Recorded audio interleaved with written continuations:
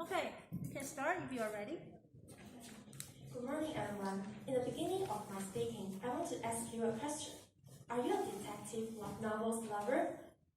If the answer is yes, then you may know a cool method used in criminal investigation called criminal profiling.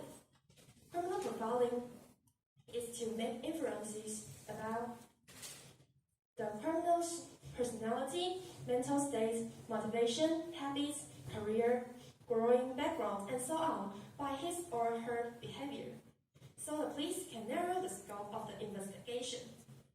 The first step of the criminal profiling is to use criminal 2 points to divide criminals into organized and disorganized. As an organized offender, they will plan it in advance, fantasize about meeting the crime, bring the enticements necessary with them, and then take every evidence away. And on the other hand, the disorganized offender is usually impulsive and have lower inhibition because of drug or alcohol use, and they will take the enticements along the way and leave them behind after the crime, leaving a lot of forensic evidence.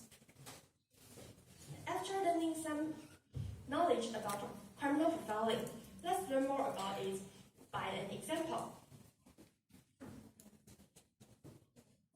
During 1940 to 1957, a man known as Man Bomber terrorized New York City. He set 32 bombs in a public place, such as terminal, library, and offices. He always sent letters to newspaper offices to tell everyone that he will commit the crime in which date.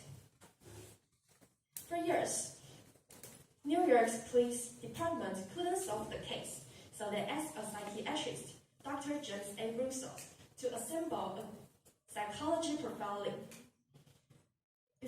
2 hours before Dr. Russo read the information about the bomber, he gave the police a profiling.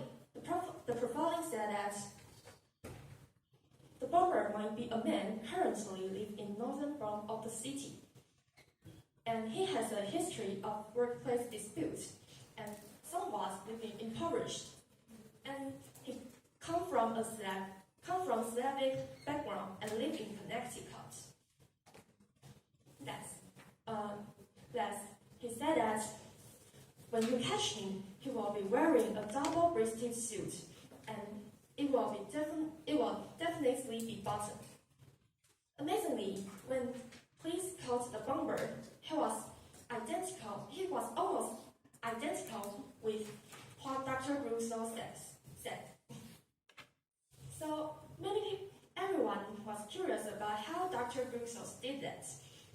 In fact, all of his guess was based on evidence. First, when Dr. Russo analyzed the letter, he recognized persistent and logically constructed delusions. This detection shows that the bomber might be a paranoid. As a paranoid, he has serious persecutory paranoia and never trusts others. Second, he seldom used spoken English, so we can infer that he is not a Native American.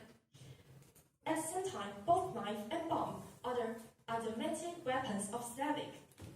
Through these 2 evidence, Dr. Russo thinks that the bomber come from a Slavic background. And third, all of the letters were sending from both Westerns and New Yorkers. As a skeptical paranoid, he must not send letters from where he really lived. So we can speculate that he was living in the Connecticut, the biggest Slavic settlement near New York. After this case, the FBI thinks criminal profiling is helpful for criminal investigation, so they establish a related department to raise the rate of the case solving. profiling is a technique based on psychology, so it could only give the investigation a direction, but couldn't serve as evidence. Although criminal profiling seems really amazing in the case of May Bomber, but in fact, it not always found really well, or why there are still so many unsolved cases in the world. This is the end of my speaking. Thanks for your listening.